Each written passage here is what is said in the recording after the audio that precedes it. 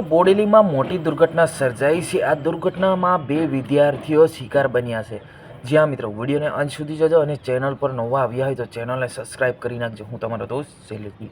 મિત્રો આપણે વાત કરવા જઈ રહ્યા છે કે બોડેલીમાં વડા તળાવ ગામ પાસે આ મોટી દુર્ઘટના સર્જાઈ છે। મિત્રો આવી ઘટના પહેલી પણ કેટલીક વખત આવી ઘટનાઓ બની ચૂકી છે। તો આ ઘટના એકદમ ખૂબ મોટી ઘટના કહી શકીએ છીએ, ખૂબ ગંભીર ઘટના છે, કેમ કે 2 વિદ્યાર્થીઓ, માસૂમ 2 દીકરીઓ છે, એ શિકાર બની છે। વિડીયોને અંત સુધી જોજો, કેમ કે આપણે તમામ માહિતી સૌથી પહેલાં આ ચેનલ પર ગુજરાતીમાં આપણે જોતા હોય છે। મિત્રો આ એવી ઘટના બની છે કે ભાઈ ગઈકાલે બોડેલી વડા તળાવ પાસે ટ્રક અને બાઇક વચ્ચે એક અકસ્માત થયો છે।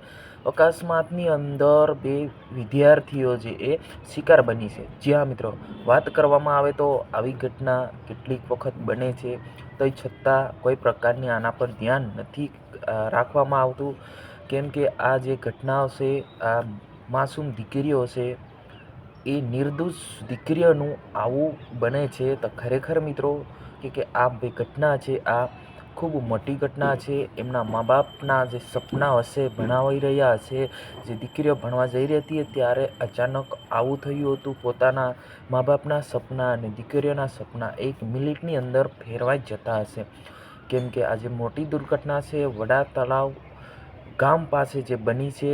બોડેલી તાલુકાના વડા તળાવ ગામ પાસે આવી ઘટના બની છે મિત્રો, કે ઘણા બધા વિસ્તારના લોકો ત્યાં ટોળા વળી ગયા હતા, જોવા માટે ઉમટી પડ્યા હતા, કેમ કે આ ઘટના કોઈ જોઈ ના શકે એવી ઘટના બની હતી।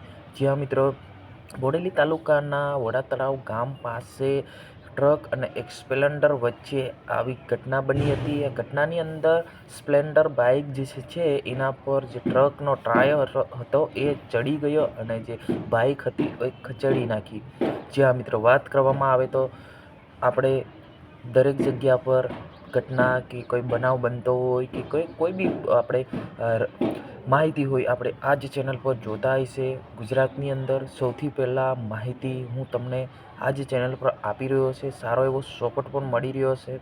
તમારા ભાઈને હું કેટલી મહેનતથી તમારા માટે વિડીયો ગોતીને લાવતો હોય છે, તો અમારે પણ વિડીયો બનાવવા માટે ખૂબ એવી મહેનત લાગે છે, પણ અમને કોઈ લાઈક કે સપોર્ટ કરતું નથી। તો સપોર્ટ કરવા ખૂબ જ જરૂરી છે, કેમ કે તમારો ભાઈ શૈલેષભાઈ, હું પણ એક આદિવાસી પરિવારમાંથી આવું છું, ગરીબ પરિવારમાંથી આવું છું, તો ખરેખર બધાનો એક સાથની જરૂર છે। બધા સાથે ચાલીએ તો આગળ જતાં કોઈ ના રોકી શકે। એટલા માટે આજે કહેવું પડ્યું કે તમારો ભાઈ સમજીને સપોર્ટ કરજો। હું તમારા માટે ગમે તે માહિતી હશે એ માહિતી સૌથી પહેલાં હું પહોંચાડવાની કોશિશ કરીશું।